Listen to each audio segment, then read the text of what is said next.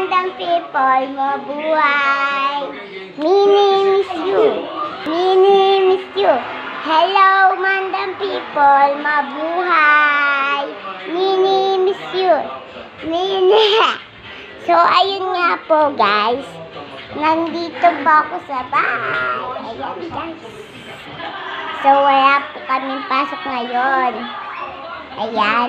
Bukas po, guys, may pasok na po kami. Yay! So, ayan po. Puro sulat po yung dingding. So, pasensya na kayo, ha? Kasi ganyan po ang dingding namin lagi.